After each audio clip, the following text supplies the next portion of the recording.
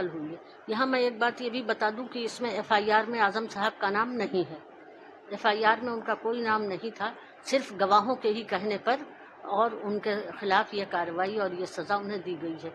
तो इस केस में तो गवाहों को इतनी ज़्यादा इम्पोर्टेंस दी गई कि सिर्फ गवाहों के कहने पर एफआईआर में नाम न होते हुए भी उन्हें सज़ा हुई। और डेट ऑफ बर्थ वाला जो केस था उसमें हमने सारी गवाहियाँ दी, यहाँ तक कि मतलब डेट ऑफ बर्थ का हमारे पास उस वक्त का डिस्चार्ज सर्टिफिकेट भी मौजूद है जिसमें अब्दुल्ला के जन्म का समय तक दिया हुआ है उसी हॉस्पिटल का। ये और सबसे बड़ी चीज़ ये है कि डेट ऑफ बर्थ में हमने मैटरनिटी लीव का सर्टिफिकेट भी दिया है, लगाया है, जो कि प्रमाणित है डायरेक्टर ऑफ हायर एजुकेशन से, उच्च शिक्षा विभाग के निदेशक से, इलाहाबाद से प्रमाणित है। वो भी यहाँ जमा किया, उस पर कोई ध्यान नहीं दिया गया, नज़रअंदाज किया गया। फॉरेंसिक एविडेंस भी है, वीडियो एविडेंस भी है, यानी 1990 का एक वीडियो जिसमें मेरे अपने भाई की शादी थी, उसमें अब्दुल्ला मेरी गोद में है, वो तक हमने कोर्ट में पेश किया, लेकिन हमारी गवाहियों को बिल्कुल नज़रअंदाज कर दिया गया उसमें हमें सज़ा दी गई गवाहियों को नज़रअंदाज करके। और डोगरपुर प्रकरण में गवाहों को इतनी इम्पोर्टेंस दी गई कि उनकी गवाहियों पर सज़ा दे दी गई आजम साहब को। ये दोहरा मापदंड सज़ाओं में क्यों है? और कानून इशारों पर सजाएं नहीं देता, कानून जो सज़ा देता है सबूतों पर देता है। बस आजम साहब को 10 साल की सज़ा कल हुई है। यहाँ मैं एक बात ये भी बता दूं कि इसमें एफआईआर में आजम साहब का नाम नहीं है। एफआईआर में उनका कोई नाम नहीं था, सिर्फ गवाहों के ही कहने पर और उनके खिलाफ ये कार्रवाई और ये सज़ा उन्हें दी गई है। तो इस केस में तो गवाहों को इतनी ज़्यादा इम्पोर्टेंस दी गई कि सिर्फ गवाहों के कहने पर एफआईआर में नाम न होते हुए भी उन्हें सज़ा हुई। और डेट ऑफ बर्थ वाला जो केस था उसमें हमने सारी गवाहियाँ दी, यहाँ तक कि मतलब डेट ऑफ बर्थ का हमारे पास उस वक्त का डिस्चार्ज सर्टिफिकेट भी मौजूद है जिसमें अब्दुल्ला के जन्म का समय तक दिया हुआ है उसी हॉस्पिटल का। ये और सबसे बड़ी चीज़ ये है कि डेट ऑफ बर्थ में हमने मैटरनिटी लीव का सर्टिफिकेट भी दिया है, लगाया है, जो कि प्रमाणित है डायरेक्टर ऑफ हायर एजुकेशन से, उच्च शिक्षा विभाग के निदेशक से, इलाहाबाद से प्रमाणित है। वो भी यहाँ जमा किया, उस पर कोई ध्यान नहीं दिया गया, नज़रअंदाज किया गया। फॉरेंसिक एविडेंस भी है, वीडियो एविडेंस भी है, यानी 1990 का एक वीडियो जिसमें मेरे अपने भाई की शादी थी, उसमें अब्दुल्ला मेरी गोद में है, वो तक हमने कोर्ट में पेश किया, लेकिन हमारी गवाहियों को बिल्कुल नज़रअंदाज कर दिया गया उसमें हमें सज़ा दी गई गवाहियों को नज़रअंदाज करके। और डोगरपुर प्रकरण में गवाहों को इतनी इम्पोर्टेंस दी गई कि उनकी गवाहियों पर सज़ा दे दी गई आजम साहब को। ये दोहरा मापदंड सज़ाओं में क्यों है? और कानून इशारों पर सजाएं नहीं देता, कानून जो सज़ा देता है सबूतों पर देता है। बस समझ में नहीं आता है कि हम लोग किस संस्कृति की तरफ बढ़ रहे हैं। हाल ही में अभी जब मैं जेल में ही थी, यहाँ मुझे पता चला कि यहाँ पर डॉक्टर भीमराव अंबेडकर, जो कि हमारे संविधान के निर्माता थे, उनका बोर्ड लगाने पर ही बहुत बड़ा एक बच्चे को अपनी जान की कुर्बानी देनी पड़ी है। अफसोस इस बात का है कि एक संविधान निर्माता के बोर्ड की जगह भी क्या हमारी ज़मीन पर नहीं मिल सकती? आज जो शख्स हमारे संविधान का निर्माता है, उसने हमें सरकारें दी हैं, उसने हमें देश की आज़ादी के बाद एक संविधान दिया कि जिस संविधान पर चलकर हम अपने लक्ष्य को प्राप्त कर सकते हैं। तो और उस अफसोस की बात यह है कि हमारे भी शहर में ऐसा कांड हुआ। जब हम अपने देश के संविधान के निर्माता की इज्जत नहीं कर सकते तो हम किसकी इज्जत कर सकते हैं? समझ में नहीं आता है कि हम लोग किस संस्कृति की तरफ बढ़ रहे हैं। हाल ही में अभी जब मैं जेल में ही थी, यहाँ मुझे पता चला कि यहाँ पर डॉक्टर भीमराव अंबेडकर, जो कि हमारे संविधान के निर्माता थे, उनका बोर्ड लगाने पर ही बहुत बड़ा एक बच्चे को अपनी जान की कुर्बानी देनी पड़ी है। अफसोस इस बात का है कि एक संविधान निर्माता के बोर्ड की जगह भी क्या हमारी ज़मीन पर नहीं मिल सकती? आज जो शख्स हमारे संविधान का निर्माता है, उसने हमें सरकारें दी हैं, उसने हमें देश की आज़ादी के बाद एक संविधान दिया कि जिस संविधान पर चलकर हम अपने लक्ष्य को प्राप्त कर सकते हैं। तो और उस अफसोस की बात यह है कि हमारे भी शहर में ऐसा कांड हुआ। जब हम अपने देश के संविधान के निर्माता की इज्जत नहीं कर सकते तो हम किसकी इज्जत कर सकते हैं?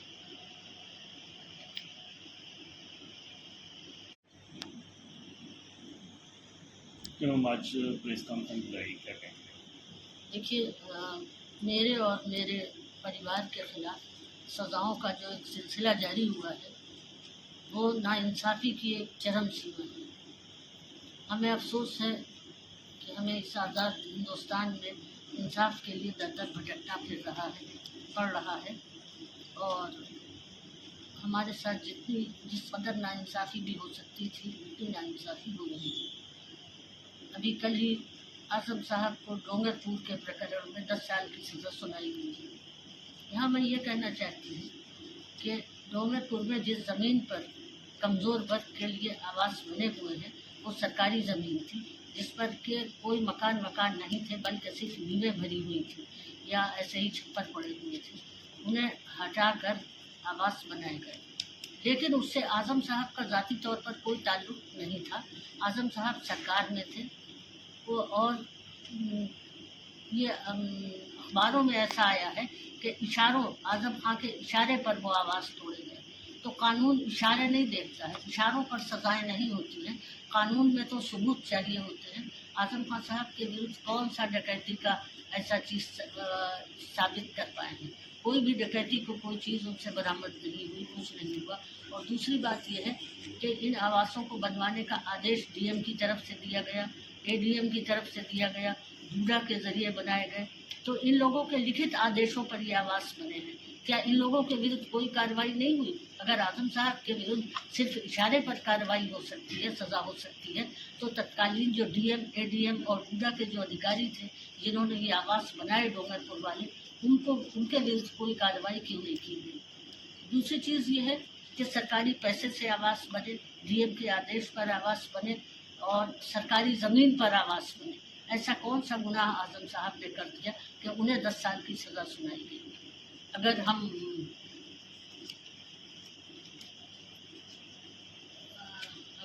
गरीबों की आवाज़ को समर्थन न देते कि गरीबों की आवाज़ बनाए जाए, हमने सिर्फ समर्थन दिया था, हमने कोई उनके लिए कोई बनाने के लिए कोई परियोजना नहीं बनाई थी। ये सब कुछ प्रशासन के द्वारा किया गया था।